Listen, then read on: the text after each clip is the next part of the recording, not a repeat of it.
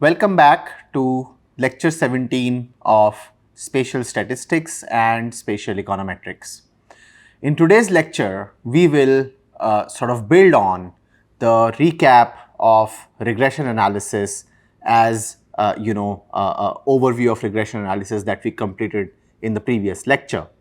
More particularly, we will start to relax the assumptions of a multiple linear regression model that ensures that the least squares estimator was a best unbiased linear estimator, right? So we will start to relax those, particularly when spatial dependence exists in data, and then try and see what are the implications or consequences of spatial dependence on the properties of a least squares estimator. And in case there are adverse impacts or consequences, how do we sort of go about fixing them? Okay, so let's begin by specifying spatial dependence in a regression model. So I've sort of proposed to start with this time series analysis analog, where we have this concept of a lag or a shift. So in case of time series regression models or time series econometrics, we are typically modeling a variable, a dependent variable y at time t as a function of its own value in the previous period t minus 1 or the periods before it, let's say t minus k in general. So, if I'm trying to model, for example, groundwater levels data, then at time period t, I have my dependent variable as groundwater level at time t, which is, let's say, gt, and I'm typically modeling it as a function of beta 1 plus beta 2 gt minus 1, and often even going beyond just the first time lag onto, let's say, a general value of, let's say, gt minus k, right? So then okay, 1 second. So I should have beta k plus 1 just for consistency, and then apart from that I will have some other covariate z. Let's say it's a matrix, and then we have a vector of coefficients gamma, which are non-groundwater levels data. I mean, you can have data on agricultural activity, on policies, on the aquifer structure, on weather or climatic conditions, and so on and so forth, right? So this idea of a time lag in case of a time series regression model is now extended to this idea of a spatial lag in case of a spatial lag model, right? So in case of spatial lag, what we can think of doing is that we can have lags spatially in the northward direction, in the southward direction, in the westward direction, and the eastward direction. That is shift up, shift down, shift left, and shift right. So corresponding to gt, now we don't just have gt, but we have gi comma j, where I and j are nothing but xy coordinates, right? So instead of just working with one index, I work with two indices because groundwater data are observed in a two-dimensional real space. This is then modeled as a function of the neighborhood groundwater levels, right? That's where the spatial spillovers will come from, right? Similarly, for prices of houses, an example that we saw last time, you will have a spillover from the nearby community or the homes located in the nearby community. So in order to specify spatial dependence, what I do is I include these shift up, shift down, shift left, and shift right variables, along with some other variables x or z, right? Those are the control variables, plus the error term, u, I, j. Now spatial dependence can be modeled as a function of gij, but also as a function of the unobserved factor. So that is to say that I could just have included gij is equal to summation L equals 1 to q x L beta L plus u I j, where u I j itself can be modeled as a function of eta ui minus 1 j plus gamma ui plus 1 j and so on and so forth, plus a error term epsilon ij. Now spatial dependence in this second type of model is specified through regression errors. That is to say that there are some systemic factors, that will affect groundwater levels. They may or may not have, spatial dimension. So XLs may or may not be spatially delineated, right? For example, the intercept is basically coming from this column of ones. Now that column of ones is not quite spatially variable, right? I mean, it's exactly the same at every location and its value is just 1, right? So some of the XIs on the other hand might be spatially delineated. For example, the amenities, right? Public schools, the roads, the crime rates in the locality and so on and so forth will be spatially variable, right? But the error term, which is all of that we could not include in the forms of X when explaining the variation of Gij, is exhibiting spatial dependence, right? So the spatial dependence can be specified through lags of the variable itself or the lags of the error structure. Okay. Now this type of a specification, however, depends on what is called as a regular lattice. That is to say that I must have data which is distributed spatially in these regular lattices, so that if I am at any point I, comma j, I should be able to shift up, shift down, shift left and shift right and exactly find one observation in all these directions. What we have seen in the past is that real world data sets don't work like that. They are irregular lattices. You may not be able to find an opportunity of shifting up oftentimes. For example, the northward boundary of Uttar Pradesh data, you don't have any scope of shifting up. You may not even have a scope for some in shifting right or shifting left, right? So in those cases, such definitions will not be sufficient. That is why we specifically study this notion of spatially lagged variables. Okay, so we will study this notion of spatially lagged variables formally, and this is where the weights matrix and all those concepts start to arise. But before we get there, let's study the consequence of spatial dependence on inference in a spatial regression model. Okay. Let's study the consequences of spatial dependence on inference in a spatial model. Okay, so we are going to start with an example. We are going to say, suppose we have a housing market, right, where we have data for such a market. So we have housing price data, which we denote as P at location vector Sn, right? This could be alternatively written as P at I, comma j, or even Pij. All of these are alternative analogous, notations, right? Where I and j represent location coordinates,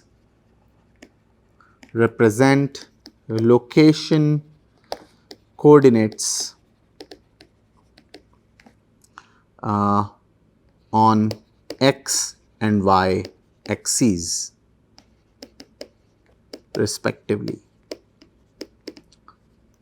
right? So we are writing a model P S n equals summation L equals 1 to Q beta L XL Sn. Remember, I'm writing XLs as if they are spatially delineated, but many of them might not be, right? They might not be variable by space. So there, you have the index I comma j, but the value is exactly the same, okay? Plus delta Sn such that Sn by itself belongs to a set or domain of interest D, which consists of these locations S1 till Sn, okay? This is the definition of my domain, which is in the two-dimensional real space.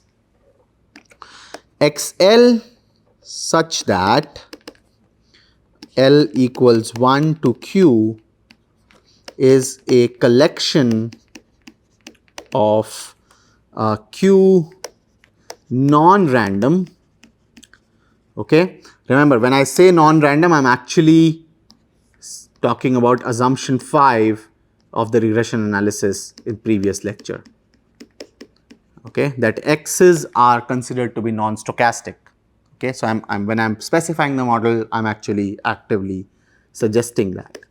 These are non-random explanatory variables,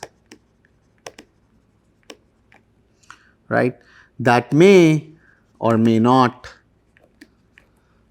depend on location, depend on, or you can say vary by, it's all the same, okay, may not depend on location or may not vary by location. Delta S is my regression error. So, I am going to say this is zero mean, finite variance, error process. You can also call it a regression error, just to be very clear that we are talking about the error term in the regression model, something that we had used the notation Uij consistent till now. We are just using delta just for the sake of being flexible in notations. I think Cressy mostly uses this notation, so that's my guess why I have this in my notes. So now this error process exhibits spatial dependence, okay. So all the spatiality I am assuming the model that I am studying here is carried forward through the error process. It is possible that the prices are just dependent on each other locally, and because I did not include lags of of prices themselves in this model, or XLs are not lags of prices, all that effect is now sucked into U or delta S, right, which is the error term, which is something which is giving me everything that it did not include the model. So it is possible that delta is exhibiting spatial dependence in accordance with the price variation locally, right, or the local dependence, local spatial dependence in prices. But it is also possible that some of the x's might exhibit spatial dependence. For example, if I look at school quality, it is possible that good schools are clustered together. So then, if I am including XL, which let's say, represents school quality or certain type of a public amenity, then it might have its own spatially dependent variables. And because I did not include those in my, in my regression model on the right hand side, they are also sitting in delta, right. So delta by itself is exhibiting spatial dependence of complex types. It can come from the prices, that is the PSN, local clustering there, or or local clustering in one or two more of the X, explanatory variables that may exhibit spatial dependence. Okay. So mathematically we say that we have expectation of delta Sn equals 0, and we have the covariance of delta at location U and at location V equals sigma squared rho to the power U minus V. That is the distance or the spatial lag that determines the distance between the locations U and V, right. Now U is between, rho is between 0 and 1, Okay, so it's not equal to 0. That means, you know, the covariance structure is non-zero. Okay, so this is non-zero, which implies that we have relaxed assumption 3 in the traditional regression analysis. I would say refer lecture 16.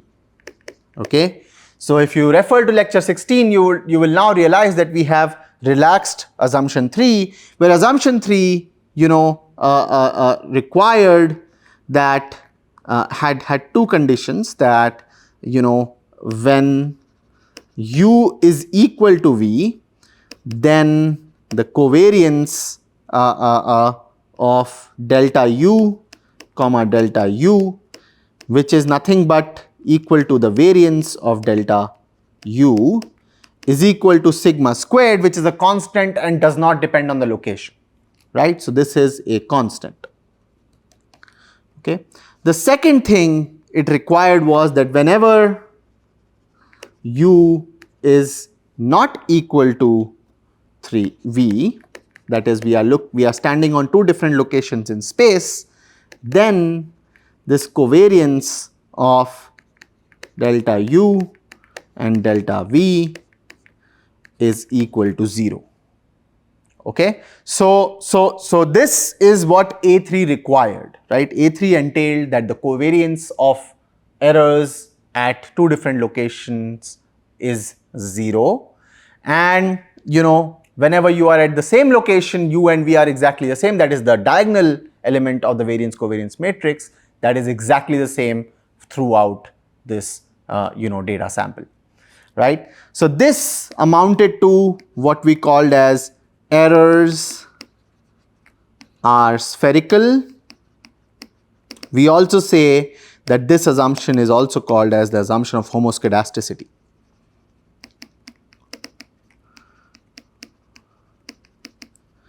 Right? Now that we have that covariance is not equal to 0, we have covariance not equal to 0 basically implies that A3 is violated. A3 is violated. Okay, so now we have established that whenever spatial dependence exists in through the error terms in a regression model, assumption A3, which is the assumption of spherical errors, homoscedastic errors, is violated.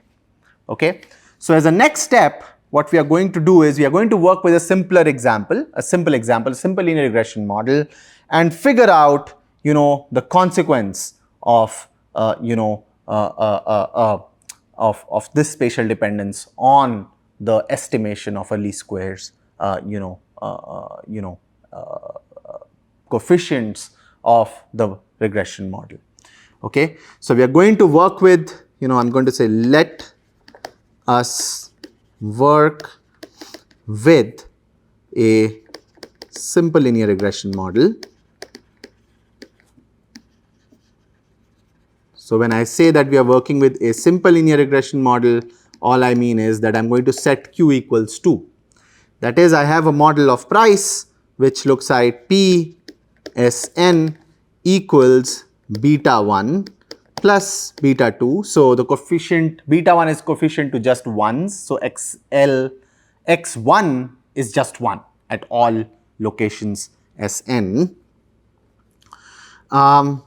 Plus beta 2, I'm going to keep this as R, Sn, just to keep continuity from our previous lecture where I modeled the price of a home with an index of spaciousness, or the number of rooms that are available in that home or house. Okay, plus the error term delta Sn, such that, you know, Sn belongs to S1, S2, keep going till S capital N, which is in the two-dimensional real space. Just to keep my notation consistent, you are encouraged to write these things down with your own pen and pencil, paper, on a pen and paper. You know, although when you look at these things, they might look that they are flowing naturally, but trust me, when you actually do them by yourself, you will get stuck, and that's where the opportunity to learn comes. So please don't just look at the screen and see me do it. You should definitely write these things out at least twice on your own, apart from the lecture itself. So that's when you will start to really get a sense of what are we doing in these, how the math is flowing, how we're interpreting it with English and vice versa. Okay. With that, I'm saying that covariance of delta U and delta V is equal to sigma square rho U minus V, right? So we have relaxed A3, right? We are also saying that X1, if I go by the notation that I had used earlier, was equal to 1 for all SIs or SNs in D, right? And X2 is now specified to be the number of rooms in the house for which we are studying, the houses that we are working on the real estate price model for, right? So this is nothing but number of rooms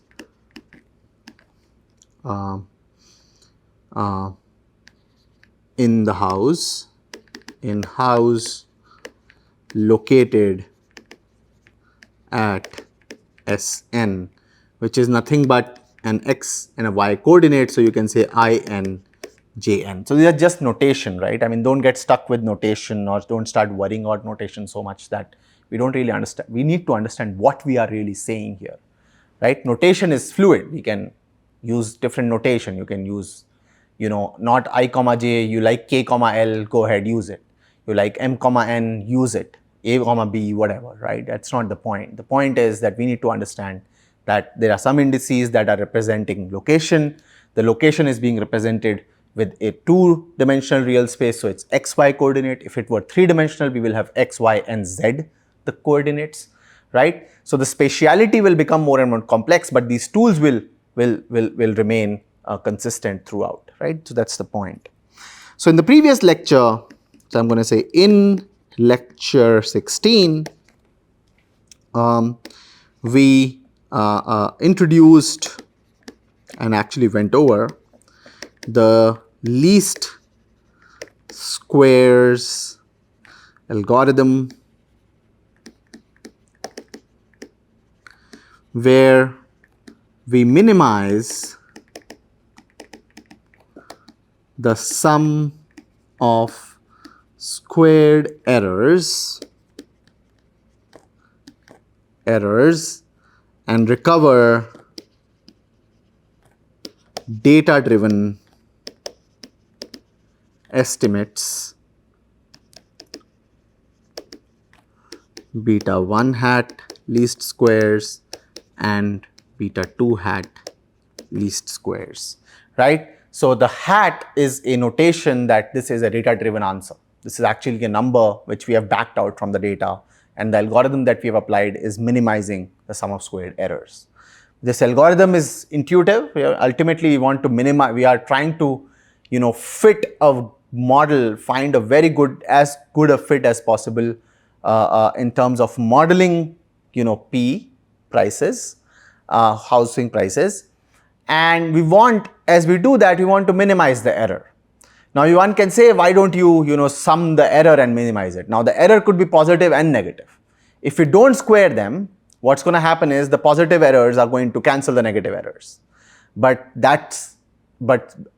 just because an error is positive and in nature and the other one is negative in nature doesn't mean that they are actually supposed to be cancelled. They are supposed to be both penalized for being erroneous at the time of, in terms of prediction. So in order to penalize both positive and negative errors, we square them, right? So once we square them, both positive and negative values convert into a positive value, right? Moreover, as u moves away from 0, the penalty is increasing. So you are penalizing more and more as the error is departing from 0, either on the positive or the negative side. So squaring the errors, that is, adding the positives and the negatives, and then penalizing them by an exponent of 2 as they depart from 0, which is my point of desirability. that errors are 0. As they depart from there, I penalize them by an exponent 2. Then I sum them together. That's the sum of squared errors, somehow the variation that I could not explain in the model. I want to minimize, I want to choose beta 1 and beta 2 such that this modeled variation is minimized given the model specification, the systemic portion of the regression.